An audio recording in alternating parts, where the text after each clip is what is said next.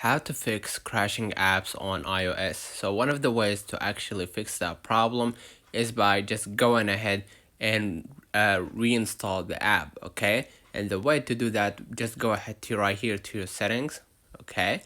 And as you can see, this is my settings and everything.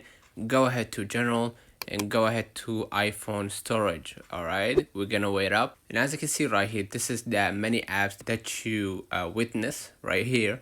Just go ahead to the apps that are crashing to you, okay, and just go ahead. Let's have an example. This app, go ahead and delete the app and reinstall it once again, and the same goes with all the apps. Okay, the second way to fix that problem, if that didn't work out for you, you can just go ahead right here back to general, go back to settings, and from there what I'm gonna do, I'm gonna just go ahead to general again, and you're gonna go ahead to the second section, or sorry, the second option in the first section, software update, and you're gonna wait up until you see a new update coming to your iOS. That's probably why you have lag or crashing apps on your phone. So you need to update your phone to the latest version so you can actually get access to all the phone features and get access to more easy using the apps. Okay, let me know in the comments if this video helped you.